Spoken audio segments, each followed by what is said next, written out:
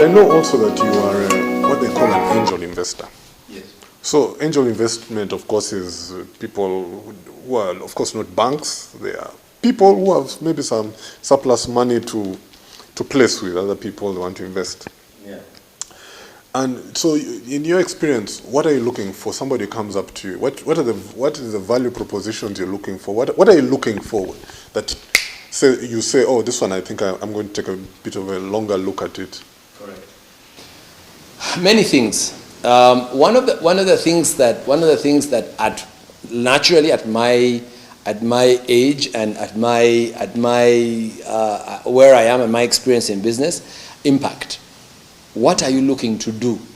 Does it have impact beyond your immediate family? Is it something that is something that will change a particular landscape? We did with a group of friends of ours. We did the investment in a boat on the Kazinga Channel. The interest was that the facilities there had for many years just been stuck in time. And people went there, and the boats were very poor quality. There was the investment we were looking to make had impact. It was going to change the way. It was going to change the image of the country. It was going to change the image of tourism for the. It was definitely something that had a step effect, and that even has almost a benefit. Sometimes even that exceeds. That is this profitable? Does it have to be profitable in itself? Because impact is quite good. The other thing is, of course, is it a good idea? Is it run by the right person? Is the person knowledgeable about what they are doing? That's very, very important.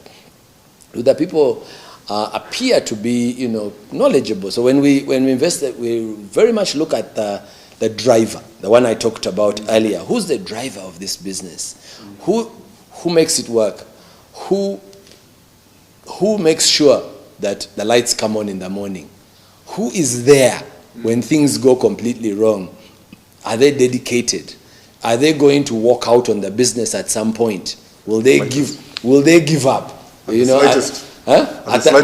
the slightest bump, will they give up? So those things are very important for looking at the idea. The rest of the things tend to be. A lot of the rest of the things are projections, and they are what people guess, and they tend to have your guess is as good as mine. Yeah. So people will project. Maybe it's important to have a profit on the team.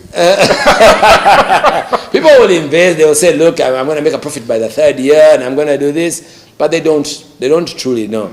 The other question, the other thing that we're looking at: do you understand who your competitors are? Do you understand that you've got competition? May it be direct competition that you're really dealing with, or indirect competition? Because there will be competition that you don't deal with on a day-to-day, not your direct competitors. Do you understand maybe if you're being disruptive in an area, do you understand what you're disrupting? And as you disrupt it, will you be able to manage the forces around how that disruption comes about? And so when we were earlier in the early days investing in the media, we were starting out by ourselves. You're talking about Simba. Well, we're talking about commercial radio at the time. There was very little else. So basically, you were starting out, and in fact, we were just creating new markets. We were creating new advertisers who had never advertised on media. So in that particular case, do you understand what that struggle is going to take? It's going to take you many years to get to the point whereby you have a lot of advertisers. Are you ready to endure that much time and pain that you have? So those tend to be some of the key things that we look for, in addition to how well you understand your business, how well you understand what you're trying to do. So you're not too impressed by huge spreadsheets?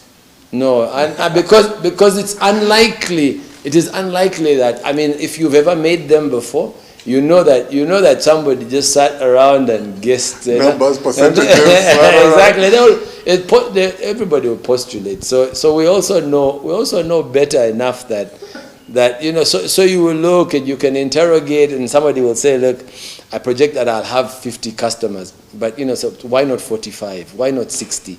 Or why not 50 at a lower rate? Why? All of those questions tend to be not so easy to answer, unless then, the other thing that's also impressive is when, even in angel investing, it's impressive when people have real numbers, when people have actually gone out there and done something. Okay. So basically, we call it POC, proof of concept. You know, I've done it, I have gone out, it is maybe an app, I have a couple of customers who are using the app on a daily, and, you know, and they are the revenue per person user is this, and this is what they are buying.